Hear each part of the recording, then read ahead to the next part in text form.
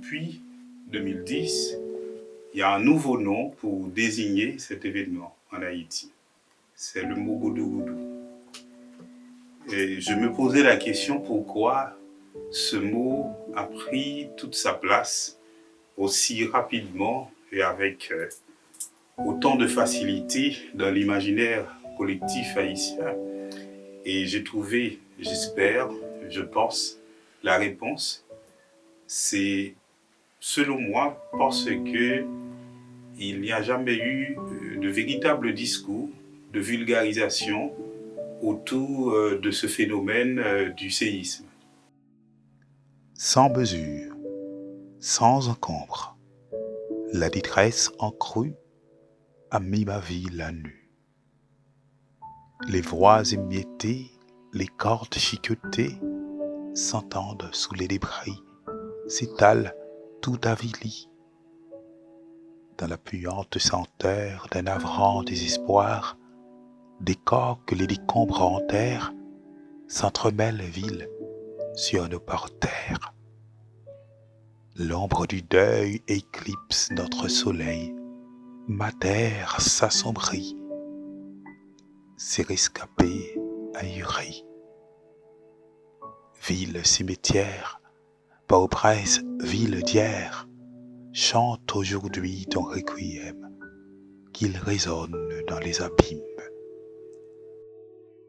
Puis ça passait, au moment de passer, terre a tremblé. Maintenant, nous connaissons terre qui tremblait. Nous disons son bail qui passait, et puis tout ça passait, c'est pour le passer, et puis tout le monde tombe sourire, il va contre ça passe, il va contre qui dégâts qui fait. Mais nous va contre dégâts qui fait c'est dans 6h, 8h du soir. Parce que là, ça passe, tout le monde a trip. Tout le monde a reçu le monde a couru, on a dit, ah, comment est-elle courir? Parce que nous sommes en province, parce qu'il n'y a pas tellement de dégâts dans la ville province. C'est dans 6h, 8h du soir. Nous ne pouvons pas avoir un contact ensemble avec un Port-au-Prince. C'est difficile, bus qui était en route, quand sorti Port-au-Prince qui était mal au Cap, Saint-Marc, Gonaïve, quand il y a une commission qui s'est passée Port-au-Prince. Et puis, je pense que c'est de ça, par contre, qui s'est passé le janvier. Nous allons faire face avec un paquet de barrières qui nous pas jamais souhaité pour nous faire. 12 janvier 2010, 12 janvier 2020. Ça fait 10 ans. 10 ans depuis nous traîné derrière nous un événement. Un événement choquant.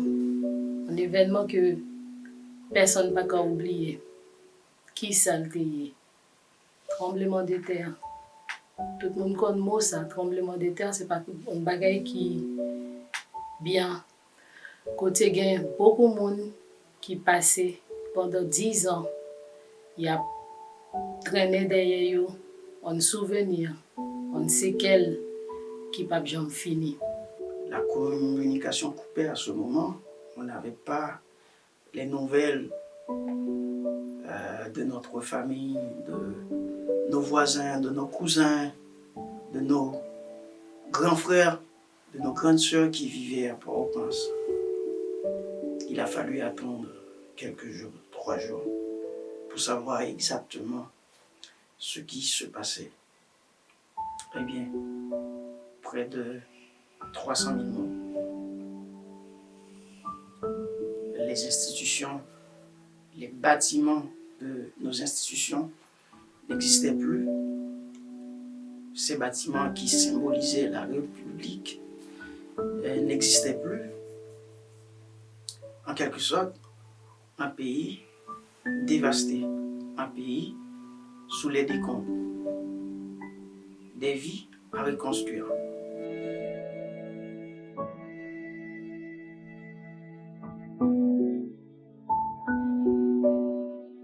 La plupart des gens de Port-au-Prince ont dormi cette nuit-là à la Belle Étoile.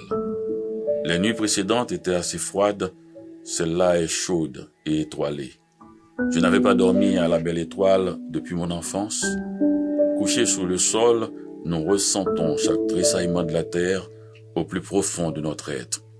On fait corps avec la terre. Je pissais dans les bois quand mes jambes se sont mises à trembler. L'impression que c'est la terre qui tremblait. Je me promène un moment dans le jardin, tout étonné de constater que les fleurs les plus fragiles se balancent encore au bout de leurs tiges. Le séisme s'est donc attaqué au dur, au solide, à tout ce qui pouvait lui résister. Le béton est tombé, la fleur a survécu.